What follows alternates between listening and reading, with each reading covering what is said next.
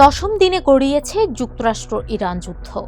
মার্কিন president Donald ট্রাম্পের ভাষ্য অনুযায়ী ইরান জুড়ে এ পর্যন্ত ৫,০০০ লক্ষ্যবস্তুতে আঘাত এনেছে যুক্তরাষ্ট্র ও ইসরায়েলের সমন্বিত বাহিনী। গুড়িয়ে দেওয়া হয়েছে ইরানের অসংখ্য ড্রোন ও ক্ষেপণাস্ত্র ভাণ্ডার। তেহরানের ক্ষেপণাস্ত্র সক্ষমতা নেমে দাঁড়িয়েছে 10%-এরও নিচে। কিন্তু বাস্তবতা বলছে এখনো বেশ শক্তভাবেই টিকে আছে ইরান। দেশটির বিপ্লবী বাহিনী জানিয়েছে, যুক্তরাষ্ট্র নয়, এ যুদ্ধের সমাপ্তি টানবে ইরান।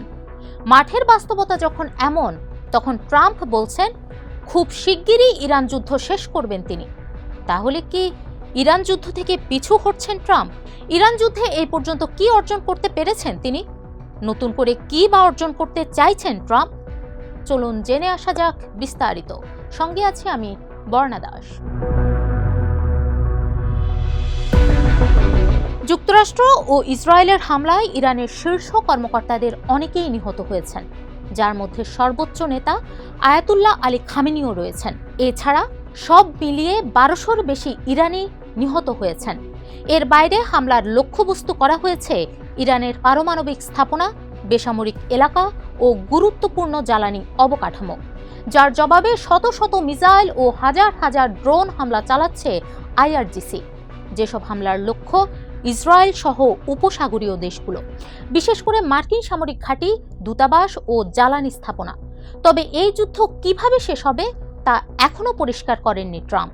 এর মধ্যে গত 10 দিনে যেসব লক্ষ্যের কথা জানিয়েছেন তিনি, সেগুলোর বেশিরভাগই সফল হয়নি। যুদ্ধ শুরুর আগেই ইরানে বিক্ষোভকারীদের দিয়ে কয়েক দফা সরকার পরিবর্তনের চেষ্টা করেছেন ট্রাম্প। সেই চেষ্টায় ব্যর্থ হয়ে ইরানের সর্বোচ্চ নেতাসহ শীর্ষ নেতাদের হত্যা করেছেন, যার লক্ষ্য ছিল ইরানের বর্তমান সরকার ব্যবস্থার পরিবর্তন করা। যা নিয়ে ডোহা ইনস্টিটিউটের অধ্যাপক মুহানাদ সেলুম বলেন, ট্রাম্প প্রশাসনের ধারণা ছিল সরকারের মাথায় এবং গুরুত্বপূর্ণ নেতাদের সরিয়ে দিলে পুরো ব্যবস্থা ভেঙে পড়বে অথবা এতটাই দুর্বল হবে যে আগের অবস্থায় ফিরতে পারবে না। কিন্তু বাস্তবে তা হয়নি।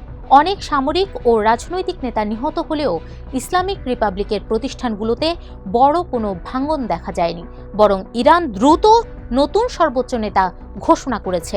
অর্থাৎ বিশ্লেষকদের মতে ইরানে দ্রুত ভেঙে পড়ার যে স্বপ্ন দেখেছিলেন ট্রাম্প, তা ভুল প্রমাণ করে দিয়েছে তেহরান। সরকার পতনে ব্যর্থ হয়ে আইআরজিসিকে অস্ত্র ফেলে আত্মসমর্পণ করার আহ্বান জানান ট্রাম্প। বলেন, আত্মসমর্পণ করলে কেবল ক্ষমা পাবেন তারা। একই সঙ্গে ইরানের কূটনীতিকদেরও সরকার ছেড়ে তার পক্ষে আসার আহ্বান জানান। কিন্তু বাস্তবে হয়েছে উল্টোটা। আইআরজিসি এখন পাল্টা হামলার নেতৃত্ব দিচ্ছে। কূটনীতিকরা প্রকাশ্য চিঠিতে ট্রাম্পের প্রস্তাব প্রত্যাখ্যান করেছে। ট্রাম্প প্রশাসন আরেকটি লক্ষ্যের কথা বারবার বলেছেন, সেটি হলো ইরানের সামরিক শক্তি ধ্বংস করা, যার মধ্যে রয়েছে ব্যালিস্টিক মিসাইল ও ড্রোন তৈরির কারখানা ও নৌবাহিনী। সে লক্ষ্যে যুক্তরাষ্ট্র ও ইসরায়েল হামলাও অব্যাহত রেখেছে। শ্রীলঙ্কা উপকূলে থাকা একটি ইরানি যুদ্ধজাহাজকেও ধ্বংস করে দিয়েছে। একই সঙ্গে ইরানের আকাশসীমা নিয়ন্ত্রণের দাবি করছে ইসরায়েল ও যুক্তরাষ্ট্র। তবে মাঠের বাস্তবতা বলছে ইসরায়েল ও মধ্যপ্রাচ্যে এখনও মিসাইল ও ড্রোন হামলা অব্যাহত রেখেছে ইরান। একই সঙ্গে হরমুজ প্রণালী দিয়েও ইসরায়েল ও যুক্তরাষ্ট্রের জাহাজ যাতায়াত করতে দিচ্ছে না তেহরান। যাতে পরিষ্কার, ট্রাম্পের এই লক্ষ্য এখনো অর্জিত হয়নি। যুদ্ধের শুরুতে ট্রাম্প ইরানিদের উদ্দেশ্যে বলেছিলেন, আমরা কাজ শেষ করলে আপনারা নিজেদের সরকার নিজেরাই বেছে নেবেন। পরে অবশ্য তিনি অবস্থান পাল্টেছেন, জানিয়েছেন ইরানের নেতা নির্বাচনে তিনি সরাসরি ভূমিকা রাখবেন এবং আয়াতুল্লাহ আলী খামেনির ছেলে মোস্তফা খামেনিকে মেনে নেবেন না। একই সঙ্গে ইরানকে নিঃশর্ত আত্মসমর্পণের আহ্বান জানান ট্রাম্প। তবে তার সেই পরিকল্পনাও ভেস্তে গেছে। মোস্তফা খামেনি এখন ইরানের সর্বোচ্চ নেতা। একই সঙ্গে ট্রাম্পের আত্মসমর্পণের বিষয়টি নিয়েও উপহাস করছে তেহরান। হামলা ও ইরানিদের দিয়ে সরকার পতনের চেষ্টা ব্যর্থ হওয়ার পর কুর্দি বাহিনী দিয়ে ইরানে হামলা চালানোর পরিকল্পনা করেছিলেন ট্রাম্প। কিছু কুর্দি নেতা ট্রাম্পের সঙ্গে এ বিষয়ে আলোচনার কথা স্বীকারও করেন।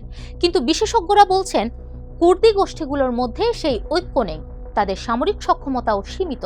এছাড়া এমনটি হলে তুরস্ক তীব্র প্রতিক্রিয়া দেখাতে পারে, যা আরেকটি বড় আঞ্চলিক সংকট তৈরি করবে, যে কারণে এই পরিকল্পনাও শেষ পর্যন্ত কাজে আসেনি। ট্রাম্প প্রশাসন ইরানের স্থল আক্রমণের সম্ভাবনার কথাও পুরোপুরি নাকচ করে দেয়নি। তবে এ ব্যাপারে ইরানের শক্ত অবস্থানের কথা জানিয়েছেন ইরানের পররাষ্ট্রমন্ত্রী আব্বাস আরাকচি। তিনি আত্মবিশ্বাসের সঙ্গে জানিয়েছেন, যুক্তরাষ্ট্র স্থল আক্রমণ করলে ইরান তার জন্য প্রস্তুত।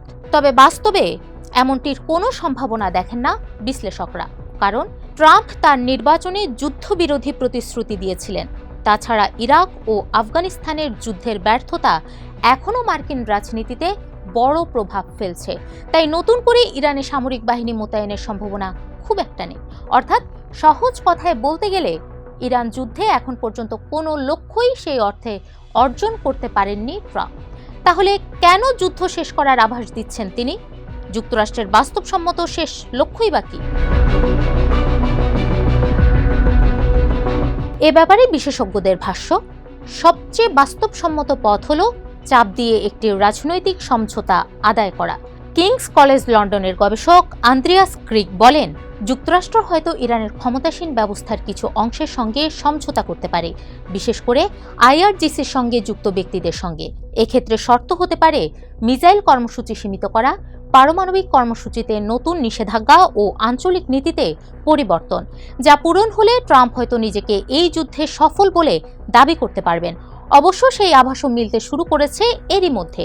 যুদ্ধ শুরুর পর প্রথমবারের মতো রুশ প্রেসিডেন্ট ভ্লাদিমির পুতিনের সঙ্গে কথা বলেছেন ট্রাম্প।